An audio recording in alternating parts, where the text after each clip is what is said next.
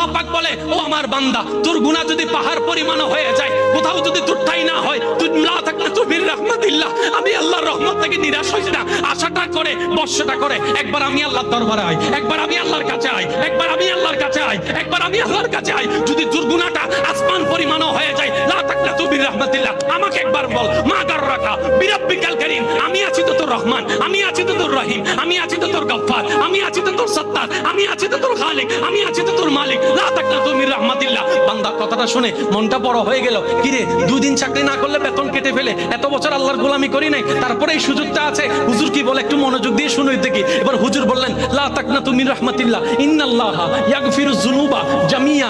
বান্দারে, তুমি অন্তর থেকে সারা জীবনের গুনার জন্য তওবা করবা একবার, ক্ষমা চাইবা একবার, তোমার রব খুশি হয়ে সারা জীবনের গুনাহও মাফ করে দিতে পারে। সুবহানাল্লাহ।